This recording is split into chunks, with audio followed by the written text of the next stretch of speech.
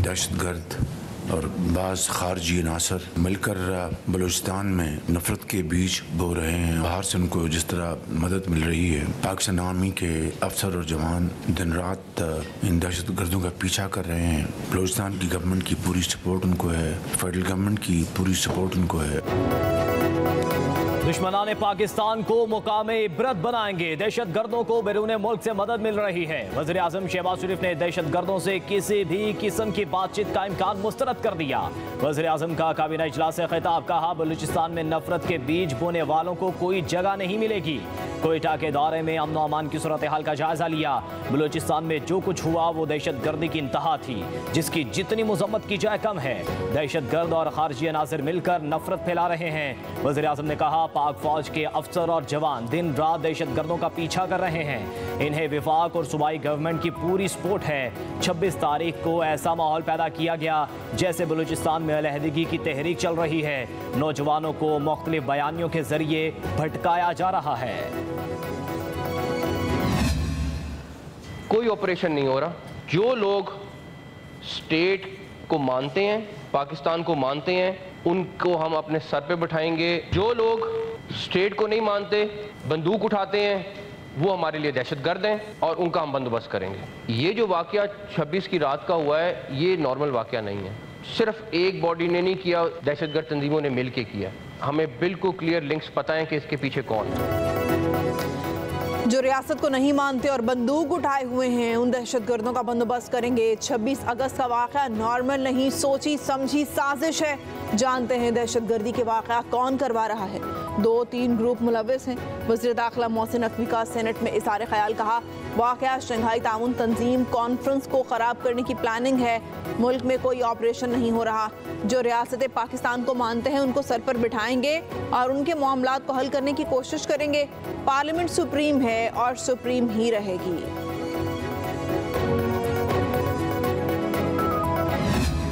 हम कंडेम करते हैं दहशतगर्दी को, इसमें कोई दूसरी राय है ही नहीं। जो बंदूक उठाते हैं बिल्कुल हम मानते हैं। जो लोग पाकिस्तान को नहीं मानते वो भी ठीक है, लेकिन इसका फैसला कौन करेगा?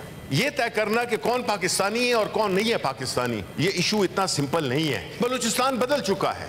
वहां के जो एक्चुअल स्टेक होल्डर्स हैं उनको ऑन बोर्ड लाएं। इस इशू को आपको पॉलिटिकली करना होगा, तब ये मसाइल हल होंगे। हमने इतने पैसे दे दिए, उधर ये हो जाएगा, ये SHO की मार है, ये फलाने की मार है, ये बिल्कुल ऐसे है जैसे आप सूरज को अपने हाथ से रोकने की कोशिश कर रहे हो। हमें पता है कि क्यों गिल्टी फील कर रहे हैं। फॉर्म 47 वाले बैठे हुए हैं।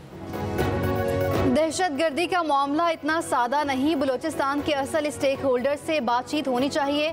सेनेट में कायदे हिज़्ब इख्तिलाफ शिबली फराज का इजहार ख्याल, कहा दहशतगर्दी की भरपूर मजम्मत करते हैं। बलूचिस्तान के मसाइल को सियासी तौर पर हल करना होगा। कार्रवाइयों में मुलव्वस लोगों की दुरुस्त निशानदही होनी चाहिए। हर वाक़े को संजीदगी से लेना चाहिए।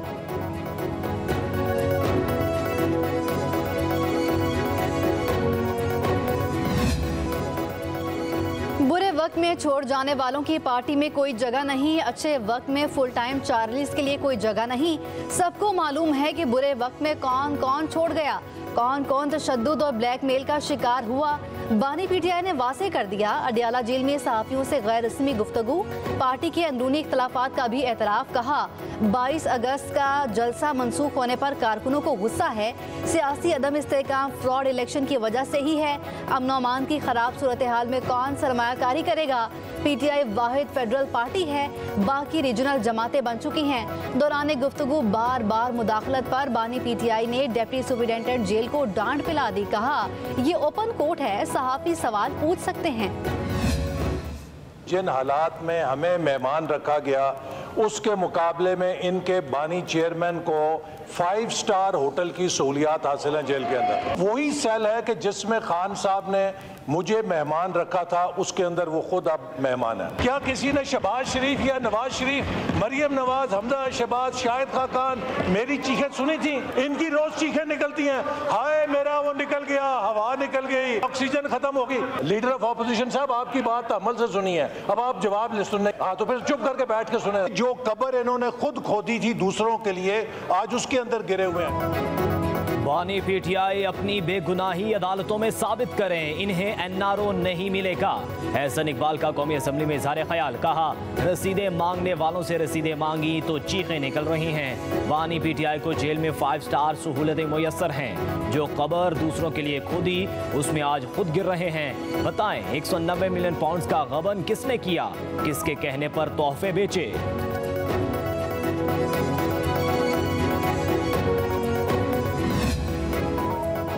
आप फॉर्म 47 की बुनियाद पर आए, वरना अवाम ने आपका खात्मा कर दिया था। ऑपोजिशन रहनुमा उमर अयूब का एहसन इकबाल के कौमी असम्बली में खिताब पर रद्द अमल, कहा बानी पीटीआई को डेथ सेल में रखा हुआ है। शरीफ बरादरान के लिए तो जेल में बूफे लगते थे, यौमिया 45 अफराद की मुलाकात होती थी। इक़्तिदार भी लंदन प्लान के तहत लिया। बैरिस्टर गौहर बोले, ये कह देना कि पाकिस्तान मजबूत हाथों में है काफ़ी नहीं है। जब भी आज़ाद अदलिया के सामने आएंगे तो बानी पीटीआई के तमाम केसेस खत्म होंगे। सड़क पे निकलो, हर कोई निकले और निकला कोई भी नहीं, और पूरे का पूरा इनकलाब वहां का वहीं। फिर हर जलसे की तारीख को कैंसिल करके फिर एक और जलसे की तारीख दे दी जाती है। ये इनकलाब नहीं, ये पार्टी इक्तदार चाहती है, और ये इनकलाबी पार्टी इक्तदार भी किसी के कंधों पर बैठकर चाहती है। पाकिस्तान तहरीक इंसाफ इनकलाब नहीं इक़्तिदार चाहती है। रहनुमा नून लीग तलाल चौधरी कहते हैं 190 मिलियन पाउंड केस अंजाम तक पहुंच रहा है। खैबर पख्तूनख्वा के वुज़रा अपने हिस्से के लिए दस्तों गिरेबान हैं। पीटीआई के अंदर कब्जे की लड़ाई चल रही है, किसी के कंधों पर इक़्तिदार में आना चाहते हैं। फैज़ हमीद के मशवरों पर फैसले करते रहे, ये सिर्फ साजिश ही कर सकते हैं।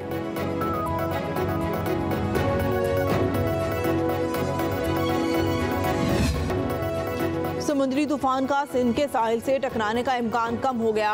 तूफानी हवाओं के साथ मूसलाधार बारिशों की तवक्को है।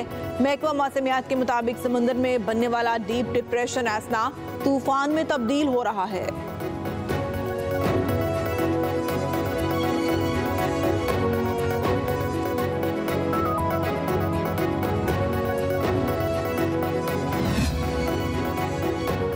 तूफान के असरात की वजह से कराची, ठट्टा और दिगर साहिली इलाकों में तेज हवाओं के साथ बारिश का सिलसिला वक्फे से जारी। शहर कायद में गुलशन इकबाल, सदर, नाजिमाबाद, सुरजानी टाउन, शार फैसल और गुलिस्तान जौहर में बादल जमकर बरसे। गुलशन हदीद, मलीर और दिगर इलाकों में भी जल थल एक हो गया। मुख्तलिफ शाहराहों पर पानी जमा होने से कई गाड़ियां फंस गईं। समुद्री तूफान के पेश नज़र कराची, हैदराबाद और जिला ठट्टा में इमरजेंसी नाफिज। तमाम निजी और सरकारी स्कूल बंद। शिकार के लिए जाने वाले माहिगिरों की लॉन्चों को वापस बुला लिया गया। जज़ायर में रहने वालों को महफूज मकाम पर पहुंचाया जा रहा है।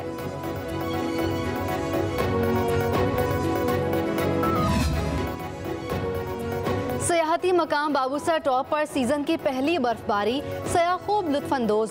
वादी कागान में मौजूद सयाह बाबूसर टॉप की तरफ सफर करने लगे। बालाकोट और गिरदोनवा में वक्फे से बारिश का सिलसिला भी जारी है। महकमा मौसमियात के मुताबिक अगले 2 रोज तक बारिश का ये सिलसिला जारी रहने का इम्कान है।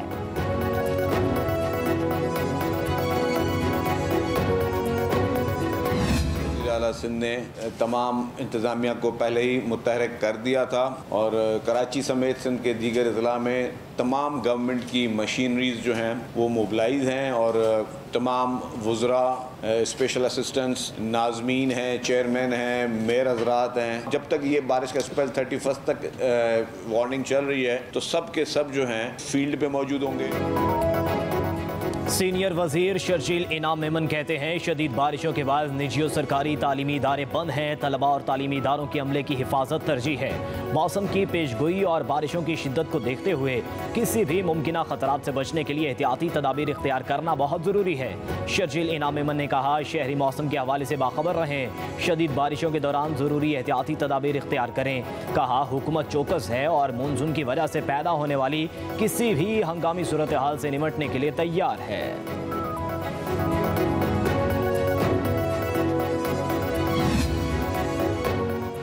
पीटीए ने वेब मॉनिटरिंग सिस्टम के तहत ऑनलाइन मवाद ब्लॉक करना शुरू कर दिया। वेब मॉनिटरिंग सिस्टम के जरिए 2369 URL ब्लॉक कर दिए गए। WMS सिस्टम के तहत 183 मोबाइल एप्लीकेशंस ब्लॉक कर दी गई हैं। वजीर इंचार्ज काबीना डिवीजन ने कौमी असम्बली को तहरीरी जवाब में बता दिया, ब्लॉक की गई वेबसाइट शहरियों का ज़ाती डाटा जाहिर करने में मुलव्वस थी।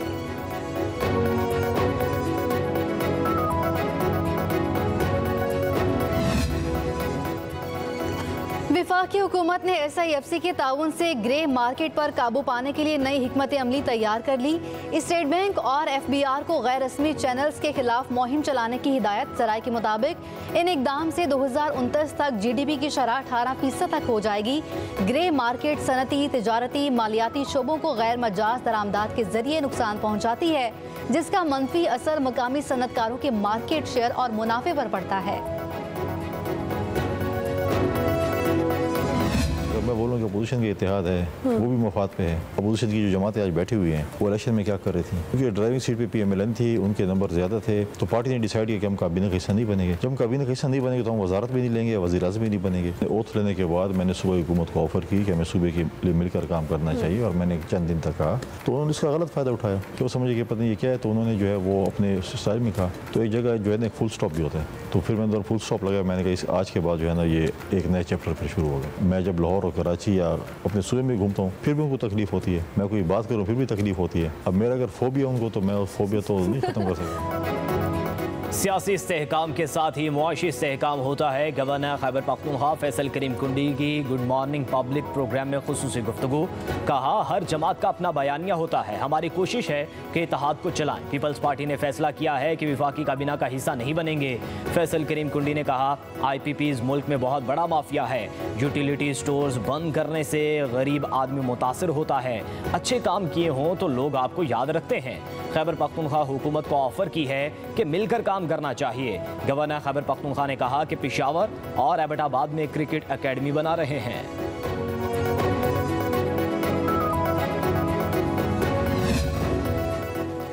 सुप्रीम कोर्ट ने मुनाल रेस्टोरेंट की नजर सानी दरख्वास्त समाअत के लिए मुकर्रर कर दी। मुनाल समेत दीगर फरीकैन की दरख्वास्तें भी 5 सितंबर को समाअत के लिए मुकर्रर। चीफ जस्टिस काजी फाइज ईसा की सरबराही में 3 रुकनी बेंच समाअत करेगा।